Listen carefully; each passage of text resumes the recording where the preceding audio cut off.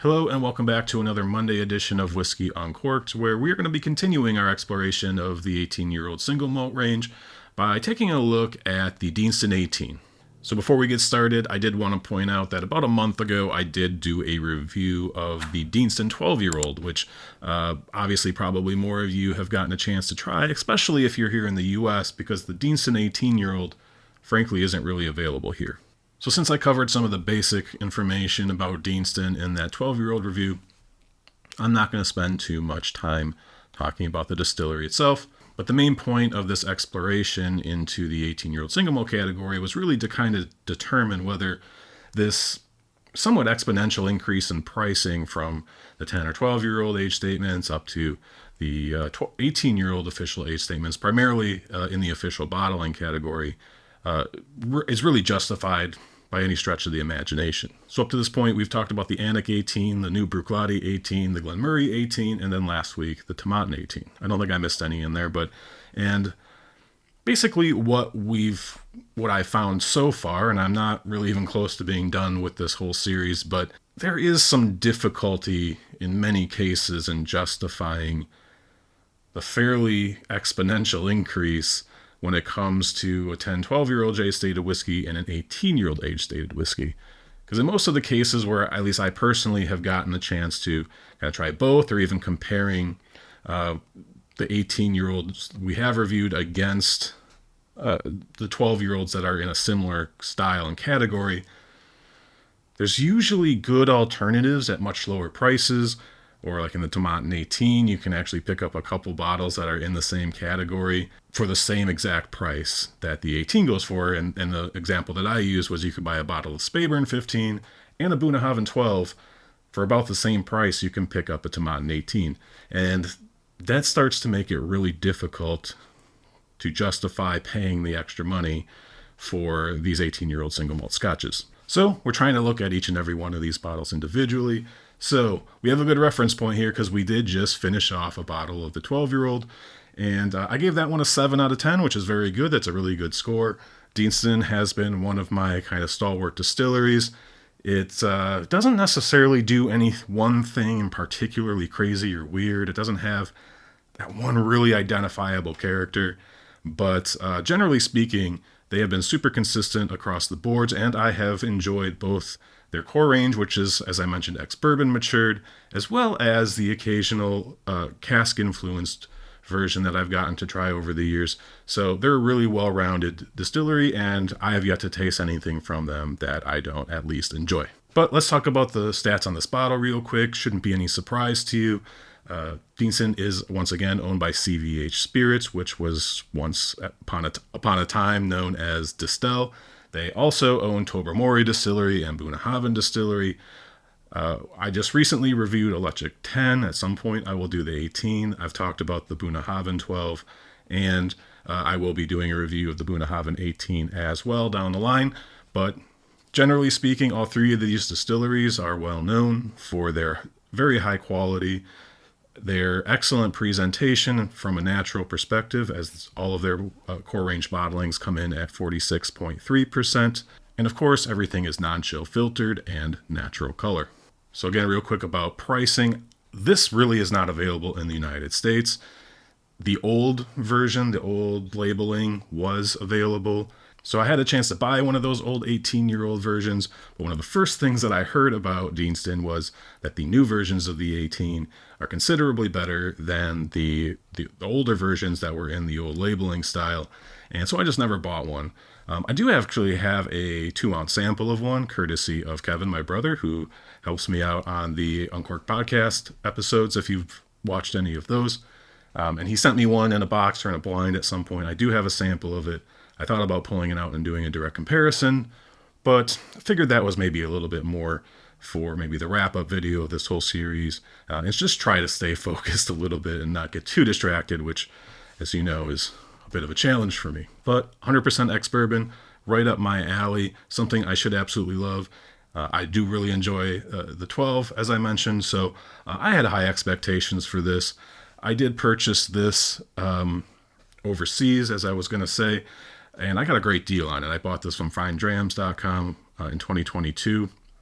I paid $88 for it, and their shipping is very, very cheap comparatively. So I probably paid less than $100 for this, which wouldn't be possible today. Because even on finedrams.com, it is also out of stock. But if you look online, the website, Deanston's website, says that these bottles go for 95 pounds or $103, which is probably the same price. It just has the value-added tax lopped off the top. So obviously, if I were to try to order one of these from Deanston from their website, I'd pay $103 and then probably $50 shipping, possibly even more. And that needs to be mitigated with buying multiple bottles. I also noticed on the Whisky Exchange that this is actually going for 90 pounds, so it's a little bit cheaper even there. But we'll talk more about value and all that after the review. Let's jump into it. So since I just recently reviewed the Deanston 12, I don't actually, again, I have a 2-ounce sample of it, which I save of just about every bottle. So I do have some, but I figured since I had just reviewed it, there wasn't much point in doing a side-by-side. I did go back and watch my Deanston 12 review and made sure that, just refresh my memory on what notes I used, and just to see if there is a direct correlation both on the nose and the palate from that 12 to the 18, which you would absolutely expect considering that they are all 100% bourbon cask. So there really shouldn't be any batch variation due to more or less like sherry influence or anything like that. Just batch variation that would naturally come with whiskey that is being presented as flavor forward and not necessarily wanting to taste the exact same way every single time. I can tell you that the 12-year-old and this are obviously related. There is a pretty clear transition or evolution from the 12 up to the 18. They are very similar, which will come into play later, but let's do some nosing notes. Here we go.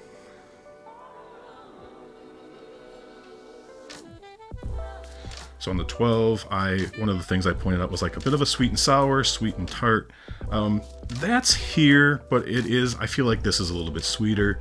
That tartness is still there, but I think it's a little bit more subdued.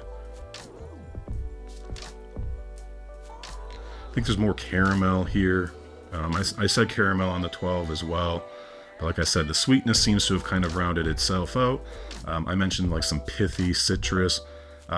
Yes, I was still getting some citrus here, but it was almost more like a really dense, almost like an apple cider, like slightly tart, but like a fresh apple cider from a farmer's market, not from the store, which is just like sour apple juice, but like, you know, almost the stuff that is thick, right? It almost has a thickness, a texture to it. And I was picking that up here. It's alongside, again, very subtle oak. Some of this will translate and become a little bit more clear on the palate, but again, I think similar to the 12, it's a very fragrant nose. There is a little bit more complexity on the 12-year-old. I kind of said that the flavors themselves were pretty straightforward and simple, but where the complexity came in was kind of on this, like on the sensation range, right? You were getting kind of the sweet and sour thing going on. You were getting a little bit of oakiness, which can imply bitter. So you were getting different things that all melded together, but you could kind of see that on the palate, you were going to get a real range of sensations where maybe the flavors were going to play a second part. Now, that's something that I haven't really talked about on the channel. I did write about it in a blog at one time. I'd have to go back and even read that. It's been a long time about this. I think it was maybe a Glencadam 10 review or something like that.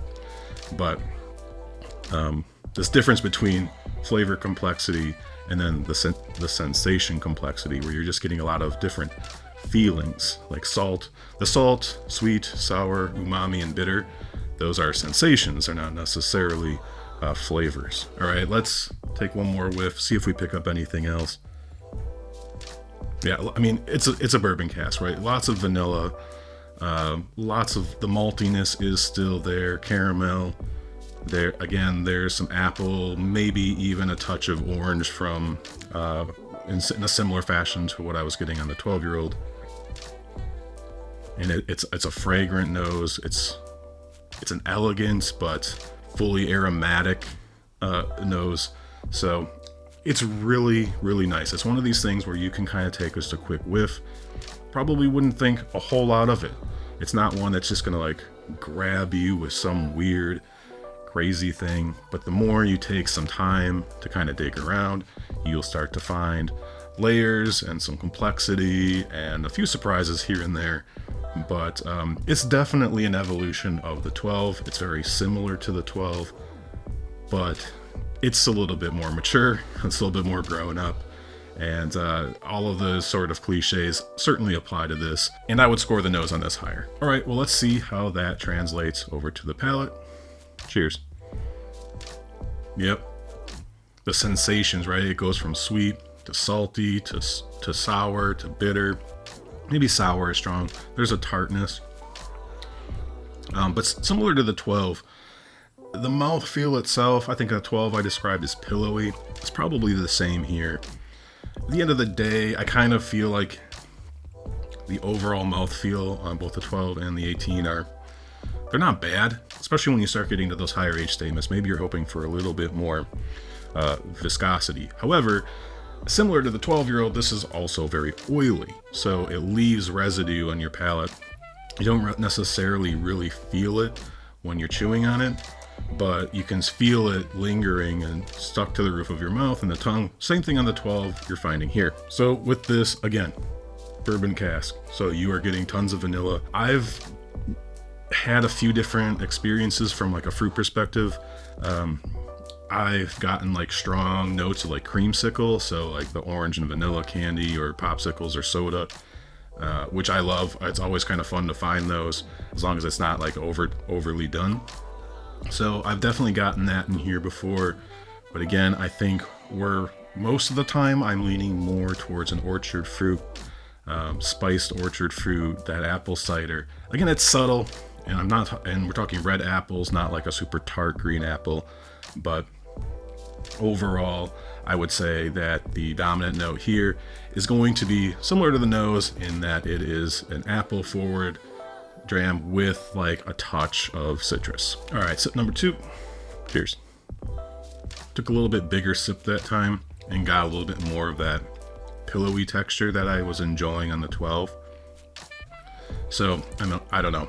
It was a pretty big sip in order for me to get that, but a common thing that I've noticed when drinking this is the second sip, after I've poured it and let it sit for a while, the second sip is always more oaky. I get way more oak and like a slight bitterness that comes out from that. Not in a bad way. I enjoy it. I expect it with older age-stated whiskeys, particularly when they are bourbon matured. And if it's well balanced, it can add a great dimension. But if it's overdone, it can kind of completely ruin things. This is really well done, really well balanced, and certainly not a negative. Now, listening back to the Deanston 12 review, I said something like salty cashews. Not sure if I would have picked nuts out. It's not a very common thing on a bourbon cask, although maybe that's a slight waxiness is maybe what I was going for. But there is a saltiness to this. I do feel like there's actually a pretty solid dose of salt, which, given that it's the Southern Highlands, like that's not necessarily a region that you always think of as being like a super coastal or the islands where you're going to get like a big dose of salt. But I do feel like this also has a similar level of saltiness as the 12. So one of my complaints with the 12 was that I felt that the finish itself was kind of short, and what was there wasn't really even all that impressive to begin with.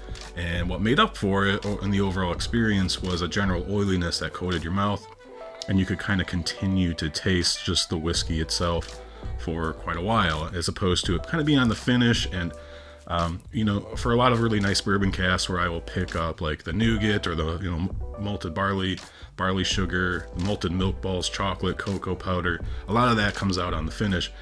I will have to say that I'm having a similar experience, although probably better than the 12. But the finish itself is pretty quiet. It's relatively short. It's a little bit more present than it is on the 12, but mostly from like an oaky, that slightly bitter quality. And then you're getting the sweetness and resinous qualities of the oak kind of hang around on the palate. The longer you wait, the more kind of just that oak is left. And as I mentioned, it's like a resinous quality slightly bitter, I've used this term before, but like a West Coast style India Pale Ale. That's really common here on the American West Coast. Would I like to see kind of a bigger, better finish on this? Sure, but the experience isn't necessarily any shorter for it, because I can still feel and taste it even after that second sip, and I've been straight up talking for a couple minutes now. So overall, this whiskey is an evolution of the 12. There are a lot of similarities. There's a little bit better complexity. There's a little bit better of a finish. The flavors are probably more well defined. There's more identifiable like layers, but still well integrated, obviously. But it's just kind of the picture's a little less blurry here, which you would really expect. Now the question really kind of becomes, is this enough to justify the increase in price? But before we get into the value part, I need to give this thing a score. So I gave the Deanston 12 a 7 out of 10, which is very good.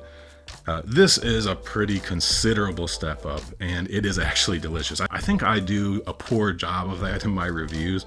Like, I get too focused on trying to convey the words without allowing maybe some of the emotion to come through. But this is a fantastic whiskey. I love this thing. I've really enjoyed my time with it here. Probably opened this late last year or really early this year. I can't really remember. Kind of was going pretty slow on it for a while. And then I knew I was going to do the review, so I started kind of dipping into it a little bit more. And I have really thoroughly enjoyed it. It is a clear step up from the 12-year-old. For as much as I do enjoy the 12, this is better. Again, can't compare it yet to the old 18. I will at some point, because I do have a sample, as I mentioned, but this is an easy 8 out of 10. Maybe not quite as high of an 8 out of 10 as I gave the Bruichladdich 18. And that's just because, again, this one isn't necessarily doing anything that's like super unique.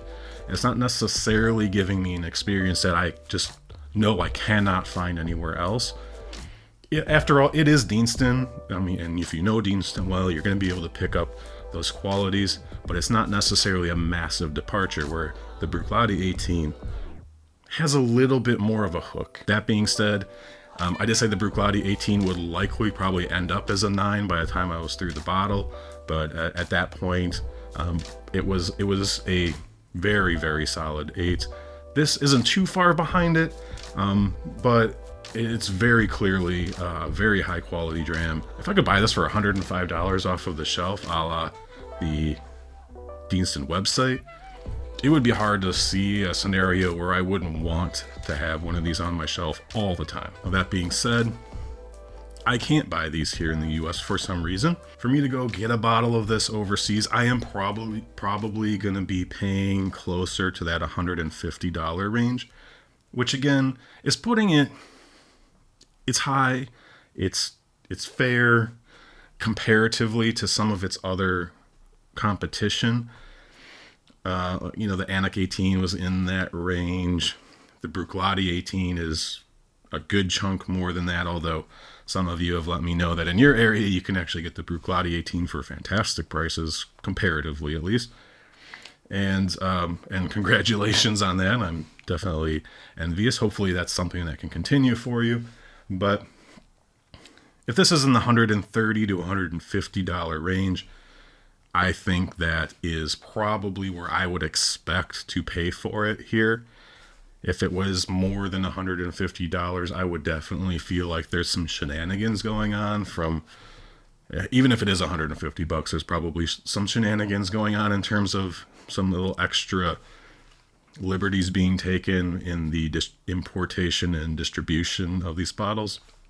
Not necessarily from CVH themselves. But alas, this and the Lechic 18 are just not available here, and the Bunnahabhain 18, as I've mentioned a number of times on this channel, is approaching $400, which I'm pretty sure that is not CVH. But regardless, value-wise, if you're in the UK, I think that the value proposition for this is significantly better, right? 95 pounds out the door would come out to somewhere in the $120 range after taxes. So $110 on the shelf. This, I think, if you're in the UK, you're probably looking at this as a decent value at this point in time, and given the quality, particularly if you know you like Deanston and you like the ex-bourbon cask sort of vibe, this is probably one that, if you can spend £100 on a bottle of whiskey, this is probably something you're considering.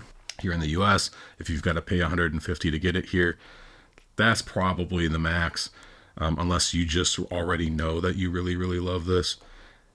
And the problem with not getting it in the US is it's hard to find it even in bars and things to try.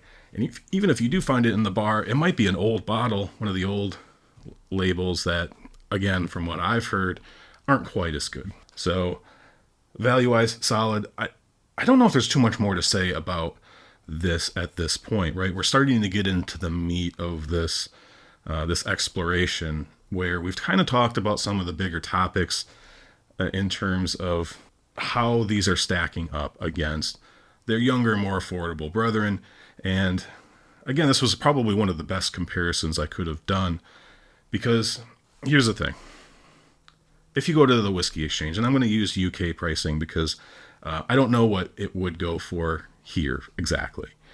If you go to the Whisky Exchange, you can buy a bottle of the 12, the Deanston 12, for, I believe it was £47.50. And you could, as I mentioned before, you get the 18 for £90, just under £90. So you are looking at the 18 being almost double the price for 6 more years of maturation. Now that's another rant. You can probably go watch my Glen Murray video, and I have a bit of a rant at the end that kind of goes into why that, at least to me, doesn't make a whole lot of sense, even considering that £90 for an 18-year-old single malt is a pretty good price.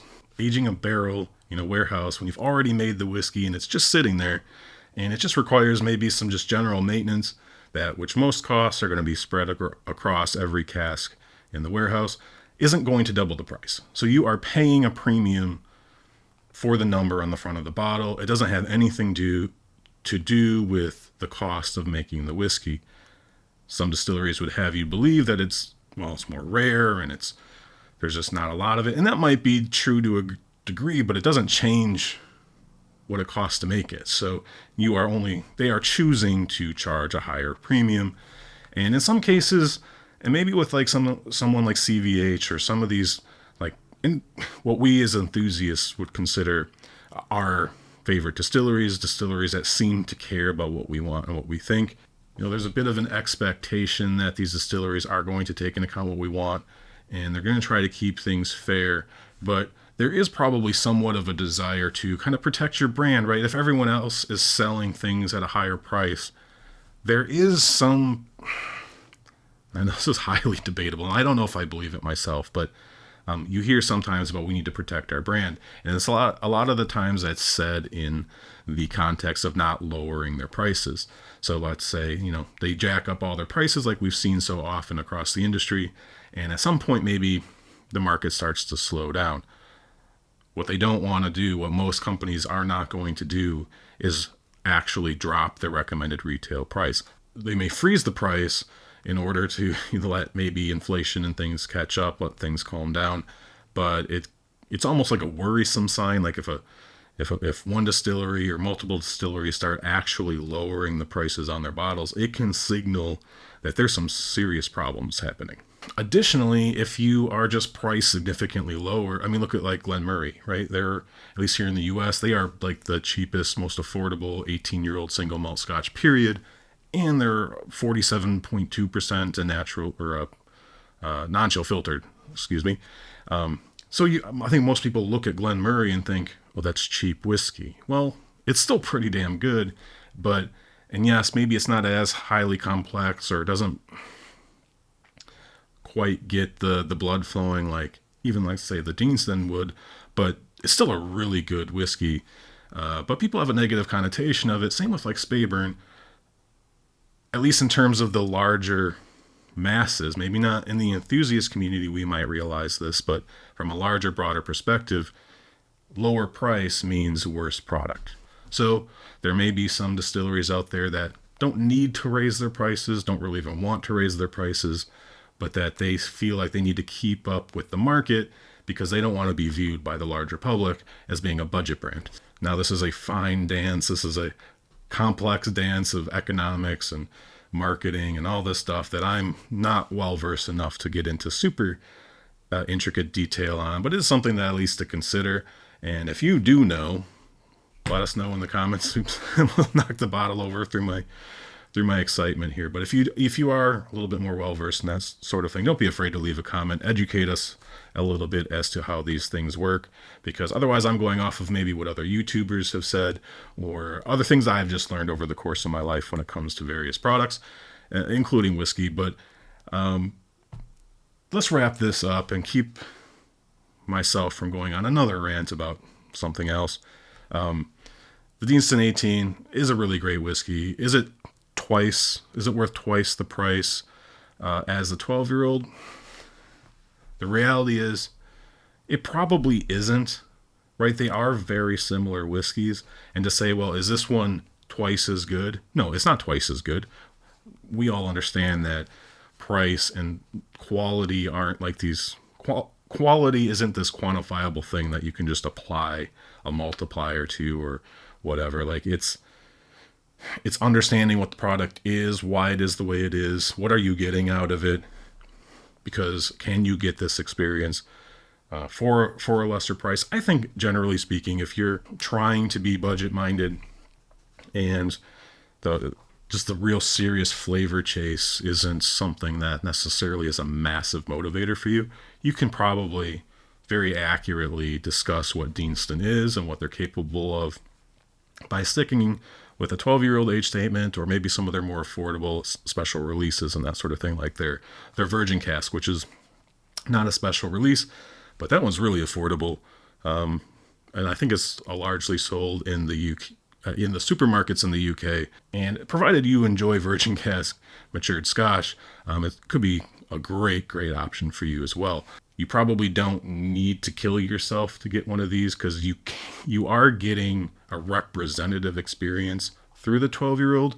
It's just this one's going to elevate it. Is it 100%? No. Is it 50%? Maybe not. But it is certainly something that you really are only going to be able to experience through these higher age stated, more well-rounded, more elegant, more layered. Yes, that usually comes with age and single malt scotches, which is why I have gotten so addicted to these higher age stated whiskeys over time. Really unfortunately, because like I said, it is difficult to justify when you really step back and take a look at the bigger picture. We'll continue the exploration of these next week. Thank you for sticking around. Thank you for watching these videos. Like, subscribe, comment, the whole thing that I say at the end every time. I do really appreciate any interaction. It is appreciated as always. But until next week, or until Thursday, cheers.